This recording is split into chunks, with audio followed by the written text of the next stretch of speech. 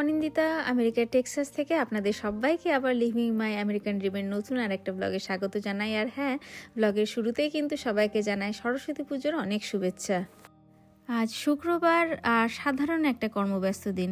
বাচ্চারাও গেছে স্কুলে আর তুহিনেরও কিন্তু অফিস চলছে। তবে সেই অফিসের মাঝখান থেকেই খানিকটা সময় বের করে নিয়ে আমরা কিন্তু বেরিয়ে পড়লাম পুজোর জন্য একটু ফল আর ফুল কেনার উদ্দেশ্যে।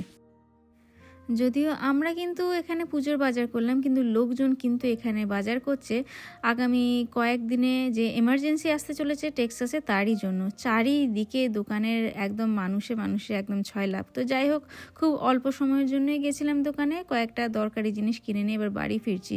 তবে বাড়িতে ফিরেও কিন্তু এখন বাকি আছে বিস্তর কাজ।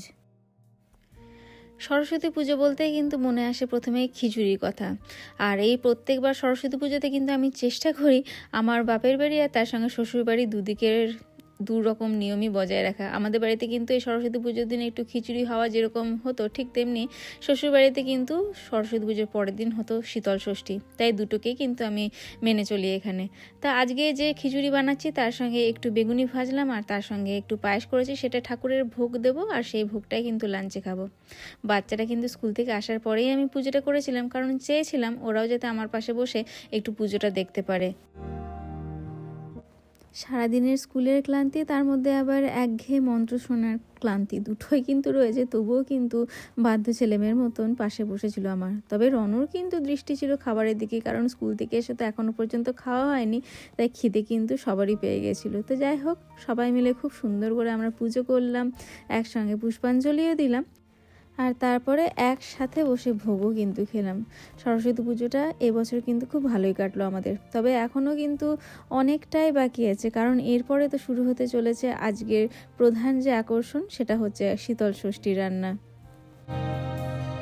খাওয়ার পরে কিন্তু একটা মিনিটও বসিনি, আবার শুরু করলাম রান্না, কারণ জানতাম এই রান্নাতে কিন্তু অনেকটা সময় লেগে যাবে। এই দূরদেশ থেকে জানেন তো একটা জিনিস খুব স্পষ্ট, যে চাইলেই কিন্তু সব জায়গাতে সব কিছু করা যায় যদি আয়োজনটা থাকে।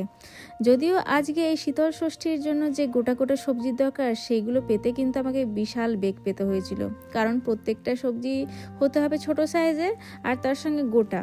আর এখানে যেহেতু টাটকা সবজি যেগুলো পাওয়া যায়, তার মধ্যে ছোট সাইজের সবজি কিন্তু খুব কমই রয়েছে, আর বেশিরভাগ যেগুলো বিনস বা অন্য কিছু রয়েছে সেগুলো কিন্তু সবই ফ্রোজেন সেকশনে রয়েছে। এবার ফ্রোজেন সেকশন মানে সেগুলোকে একদম এরা বেছে কেটে ধুয়ে রাখে। তাই ওই বাসেল স্প্রাউট বা অন্যান্য যে সমস্ত সবজি যেগুলো হয়তো আমরা এমনিতেও খাই না, সেগুলো ছোট সাইজের হলেও নিতে কিন্তু একদমই পারলাম না। ওই বেছে কয়েকটা আলু, তার সঙ্গে বেগুন, ঢ্যাঁড়স, টমেটো আর পালং শাক আর তার সঙ্গে ধনে পাতা দিয়ে দিয়েছি।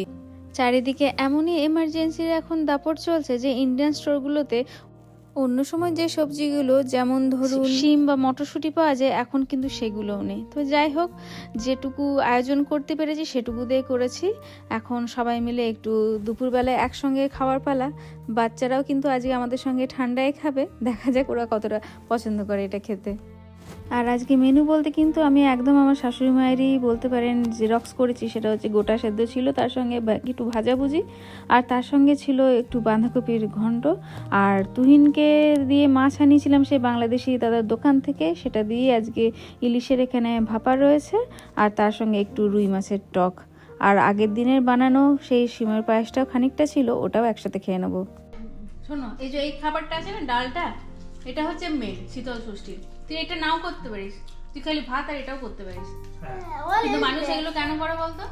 মানুষ এদিনকে বাড়িতে লোককে ইনভাইট করে খাওয়ার জন্য, তো ওইটা দিয়ে তো খালি ভাত দিতে পারবে না, সেই জন্য অনেক রকম করে। এর সাথে তুই আরো অনেক কিছু অ্যাডও করতে পারিস, এর থেকে বাদও দিতে পারিস।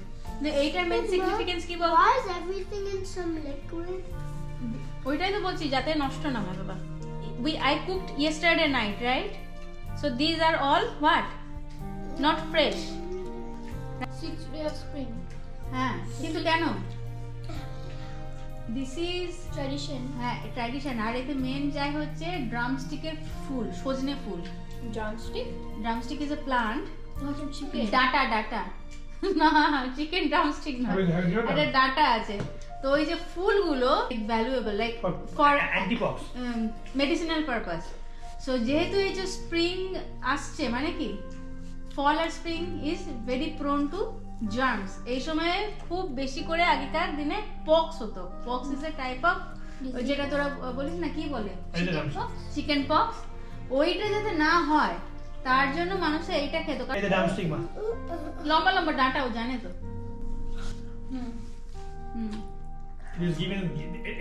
তুমি ফ্লাওয়ারটা পেয়েছো? এই ফ্লাওয়ারটা পাইনি, ওটাই আমি কালকে বিন্দু আন্টিকে ফোন করেছিলাম কালকে। বিন্দু আন্টি ফোন না তোলেনি ফোনটা। যাই হোক আমার হয়ে গেছিলো, তোকে আমি ওয়েট করিনি কারণ আমাকে রান্না করতে হবে। কিন্তু ওই ফুলটা হচ্ছে এর মেন ইনগ্রেডিয়েন্ট, ওটার জন্যই মানে যেহেতু অ্যান্টিপক্স। তখনকার দিনে তো অত ইয়ে হতো না, অত ইনজেকশন বা অত মেডিসিন ছিল না, অত তোর ইনজেকশন নিতাম না। এখনকার তো তোরা যারা আগের থেকে যাতে ঠান্ডা না লাগে তার জন্য আমরা আগে থেকে ইনজেকশন নিই নি। আগেকার দিনে তো ইনজেকশন ছিল না, তো সেই জন্য মানুষ এইসব খেয়ে নিজেদেরকে সুস্থ রাখে।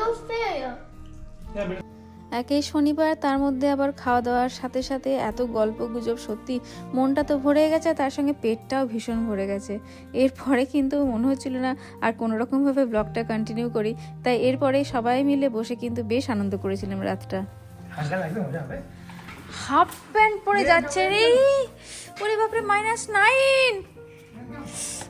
ও বাবা রে। আর তার ঠিক পরের দিনই, মানে এটা দেখাচ্ছি রোববারের সকালের ঘটনা, গতকাল রাত থেকে কিন্তু টেম্পারেচার ড্রপ করতে করতে এখন একদম মাইনাসে আমরা চলছি। একটু স্নোফলও হয়ে গেছে, কিন্তু যতটা এক্সপেক্ট করেছিলাম ততটা কিন্তু হয়নি। তবে স্নোফল না হলেও এবার চারিদিকে কিন্তু আইস ফর্ম হয়েছে, তারই নমুনা আপনাদের কিছু দেখাচ্ছি।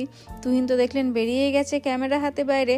চারিদিকে যত জল ছিল তার সঙ্গে সমস্ত কিছু ঘাস, তার সমস্ত কিছুর ওপরে একটা পাতলা স্নোয়ের লেয়ার তো পড়েছে, আর ঘাসগুলোও একদম ওপরে বরফ জমে একদম ক্রিস্প হয়ে গেছে।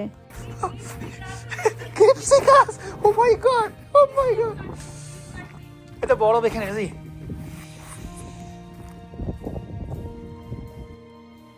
বরফের ছুরি যে কিভাবে তৈরি হয় এগুলো দেখেই কিন্তু বোঝা যাচ্ছে। যত ওপরে কার্নিশের জলগুলো ছিল, যেগুলো চুঁয়ে চুঁয়ে পড়ছিল, সমস্ত বরফ হয়ে গেছে। এমন দেখতে পাচ্ছেন এই বাল্বের গায়েও যে জলের ফোঁটাগুলো ছিল সেগুলো সমস্ত কিছু বরফে পরিণত হয়েছে। মা ঠান্ডা দেখছি পুরো এসেছি, এটা পারবি না, ঠান্ডা আছে।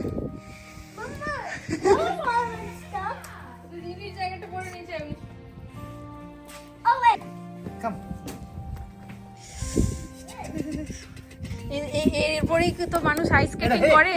ভাঙবো এটাকে, বলছি এর উপরে মানুষ আইস স্কেটিং করে, লেগগুলো এরকমই তো হয়ে যায়। পাথর দিয়ে ভাঙি তোর বাবাকে দেখ হাফ প্যান্ট পর, তুই তোর পা গুলো কিন্তু পাথর নেই, আমি আছি। দূর বাবা, ফুল প্যান্ট পর গা।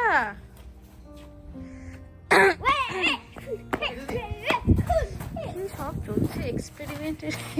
কাম কাম কাম ফ্রেন্ড ফ্রেন্ড সরে যা, মা সর সরে যা। আই ধরে ধরে অত যাব নাই।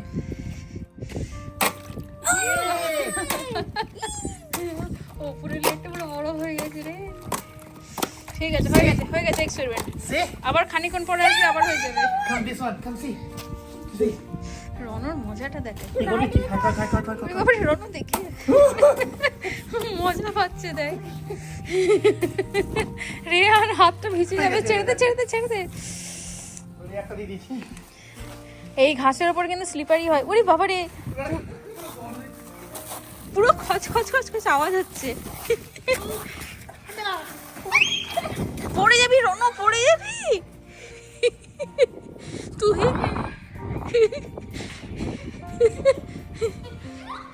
আরে স্লিপ কেটে যাবি রনু, দৌড়াস না।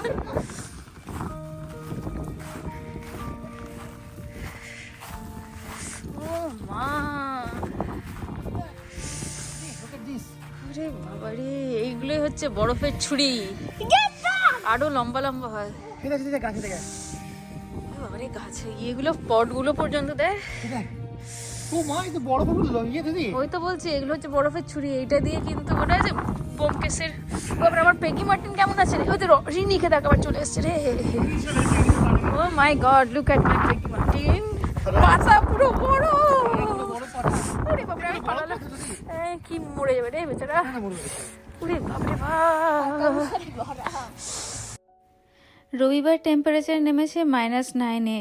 এরপরে কিন্তু আগামী দুদিনে টেম্পারেচার আরও কমতে থাকবে। তবুও একটাই রক্ষে যা, বাইরে এই সময় কিন্তু বাচ্চাগুলো আর খেলতে যায়নি। আজকে দেখছি ওপরেই সব আড্ডা জমিয়েছে। ওই রনর 2 বন্ধু চলে এসছে, একসঙ্গে খেলাখেলি করছে।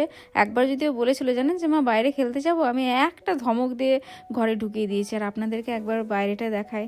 ওই দূরে দেখতে পাচ্ছেন যে বাড়িগুলো আমাদের এদিকে রয়েছে, যেগুলো এখান থেকে দোতলা থেকে দেখা যায় সমস্ত বাড়িগুলোর ছাদে একটা পাতলা স্নোয়ের লেয়ার পড়ে আছে। যদিও যখন সকালবেলা উঠেছিলাম জানেন তো, তখন লেয়ারটা যেন আরও একটু বেশিই বোঝা যাচ্ছিল। এই এখন ক্রমশ ওই মনে হয় হাওয়া দেওয়ার জন্য ওইখান থেকে উড়ে উড়ে স্নোগুলো অন্যান্য জায়গায় গিয়ে পড়ছে। মানে আগামী 2-3 দিন কেন, এই আগামী সপ্তাহটা এখন ভালোই টেম্পারেচার কিন্তু দেখতে পাচ্ছি নেগেটিভে কিন্তু রয়েছে। দেখা যাক আমার গাছপালাগুলো শেষ পর্যন্ত কি হয়। আমাদের লাগছে এস্কিমো, আবার সেই নিউ জার্সির আমেজ। -9 টেম্পারেচার উপভোগ করতে কিন্তু খাওয়া দাওয়ার পরে আমরা এখন দুজনে বেরিয়ে গেছি আবার হাঁটতে। তাহলে চলুন আজকের মতন আমরাও দিনটা উপভোগ করি আর ব্লগটাকেও এখানে শেষ করি। আপনাদের সবার সঙ্গে আবার দেখা হবে আর একটা ঠান্ডা কনকনে ব্লগে। ততক্ষণের জন্য সবাই খুব ভালো থাকবেন আর সুস্থ থাকবেন। এই হচ্ছে পাইন গাছের অবস্থা, জলের ফোঁটাগুলো সমস্ত বরফ হয়ে গেছে।